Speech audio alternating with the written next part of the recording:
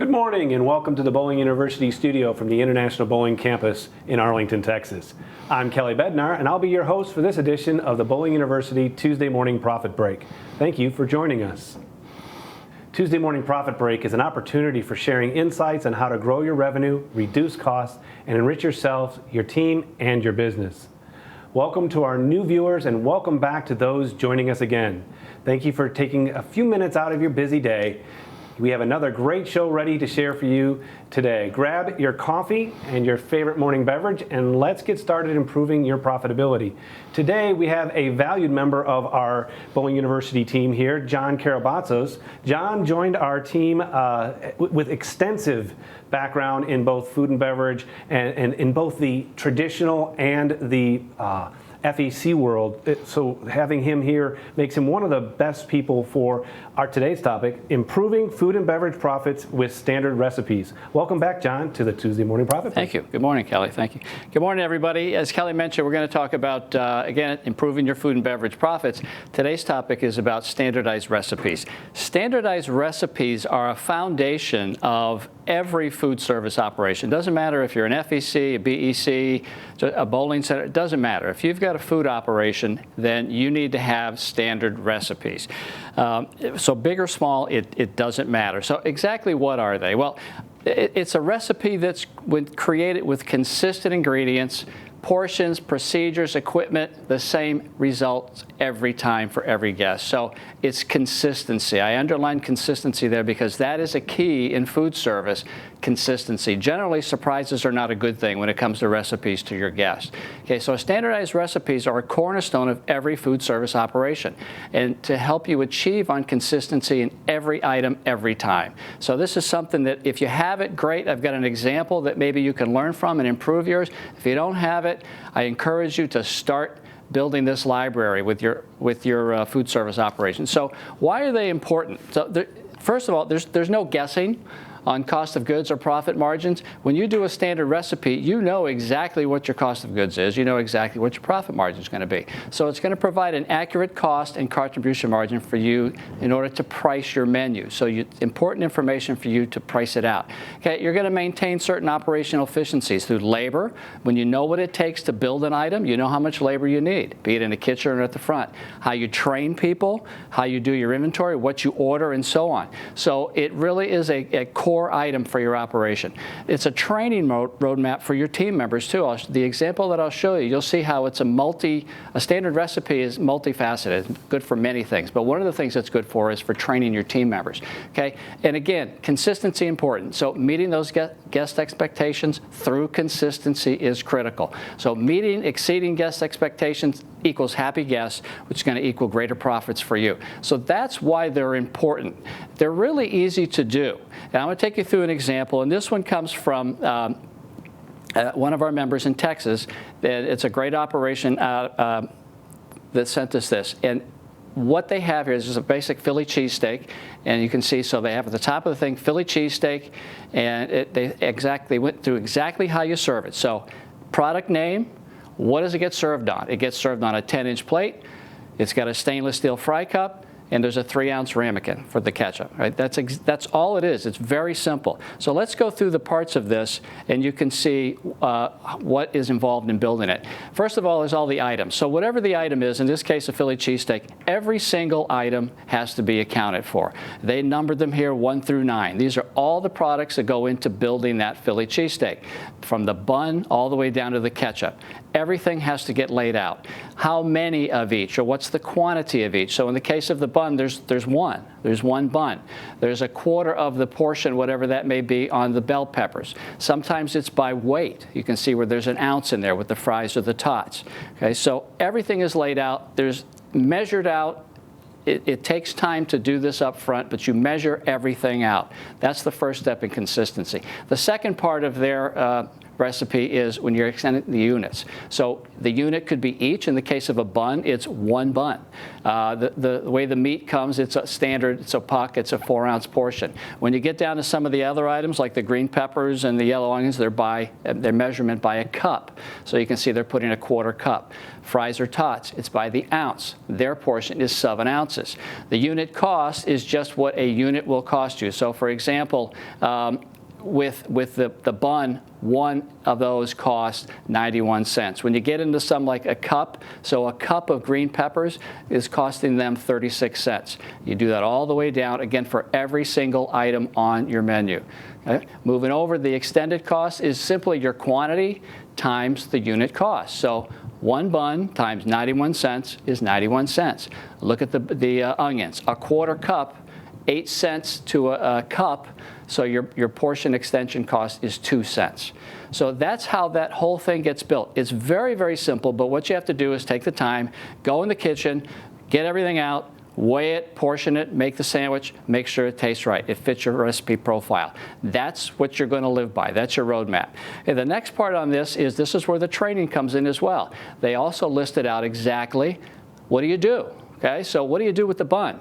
You toast it on a flat top. They talked about the meat. How do the vegetables get served? They're diced and so on. Exactly how you do it. So when you're going through training, everybody gets trained the same way every time.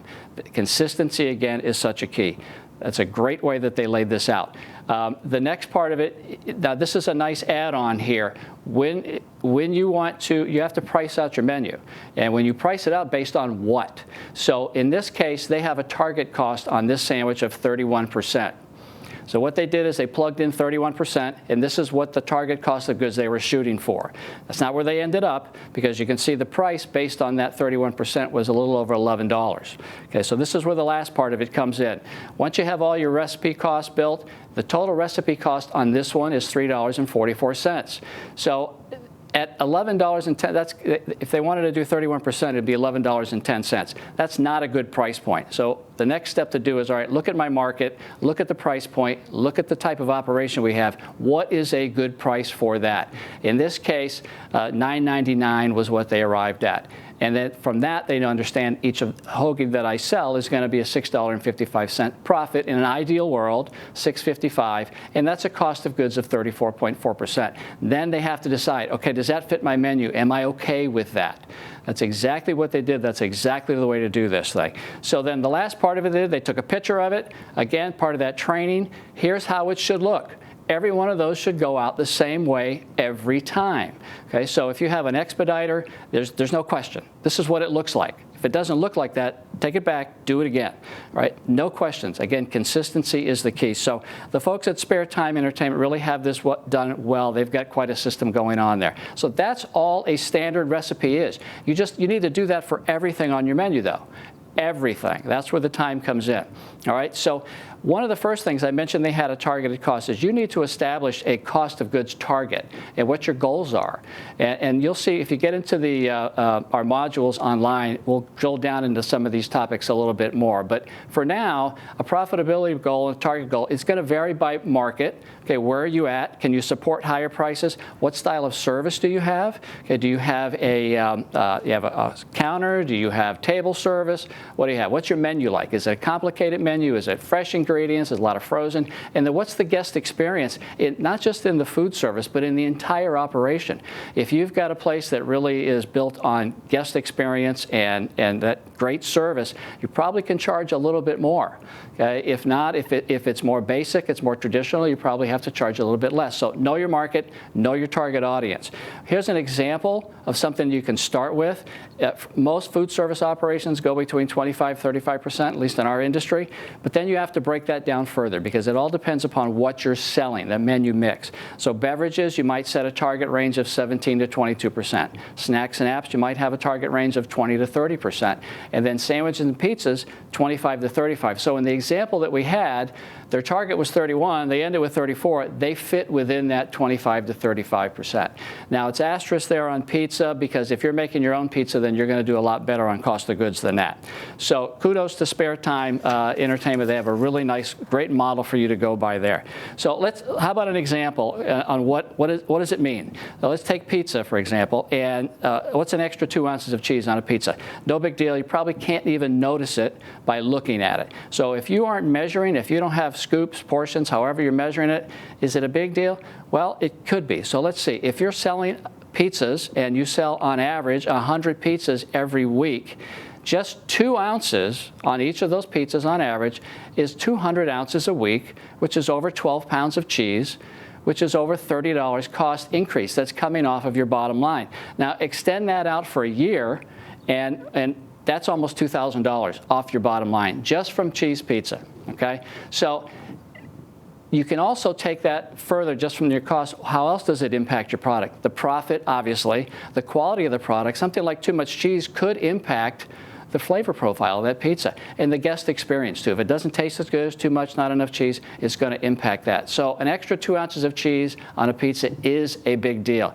So one of my favorite quotes, even though I don't think he was thinking of food and beverage when he said this, from Ben Franklin, beware of little expenses. A small leak will sink a great ship. And often that's what happens with these little things in your food and beverage operation. So some other examples real quick. French fries, it's a big seller in our industry. Are you pre-portioning them? Are you post-portioning them? How are you doing that? Draft beer, what kind of standards do you have there? Typically we'll say the head on a pitcher should be about a quarter size, on a pint glass about a dime size, okay? And liquor is another one. Liquor, you can, if you're shooting for 1.25 ounces, what if they're pouring 1.5 ounces? Has a lot of ramifications to your pour cost. That's a 20% increase in your pour cost and your liquor liability. And finally, ice. Ice is another one that's a big one. Too much ice or not enough ice, you have too much soda in there. That adds up a lot. So have portions for each of these things. These are all very big sellers in your centers. All right, so just to wrap it up, developing standard recipes, they are absolutely time-consuming to build, okay? Once you do it, the next step is you update them constantly. You have to have current prices. It's a key to consistency for that great guest experience, for your food prep, for your training, and for your operations, your inventory, and more, okay? It's a key to guest satisfaction, and it's a key to your food service profits. So a very, very simple metric, something you need to do. It has to be done if you're going to be successful in your operation. I encourage you to do it. Kelly? Yeah, JK, you drove this home with us many times, and I heard you just mention it again. You talked about the importance of keeping up on these costs. Mm-hmm. What's the best way to achieve that? You know, that's a good question. It really depends. Some centers might have software where it's going to do it for them. Most of us, though, have, you're simply taking your invoice, and on a regular basis, somebody is inputting what the current price is. So that, and if you have your Excel sheet linked, it will update those. That's typically the way that I was used to doing it, as I wasn't lucky enough to have the software to do it. So an Excel sheet will work fine on a continual basis. Just every week, get in there, update your prices, see how it impacts your menu. Well, and you also mentioned that this is important, and I can see this. I'm thinking about some small centers. It's like they talk about the importance of the standardized method. What do you think the reason is that so many centers don't have standardized recipes? You know, from what I've seen, again, food and beverage isn't necessarily why people got into this industry. So it's not something that a lot of proprietors or managers are comfortable with. That's one reason. So they don't mess with it. They might assign it off to somebody else to do it. Say, here, I think we have to do this. Take care of it. So that's one big reason. Time is another big reason. It does take a while to do it. And then the other thing is I see a lot that have it done, but they haven't updated it in a year. So they've gone through the exercise of doing it, but they don't utilize it. They don't update it. So don't waste your time if you're not going to use it. But do it, implement it, update it, and use it, and it'll pay off for you.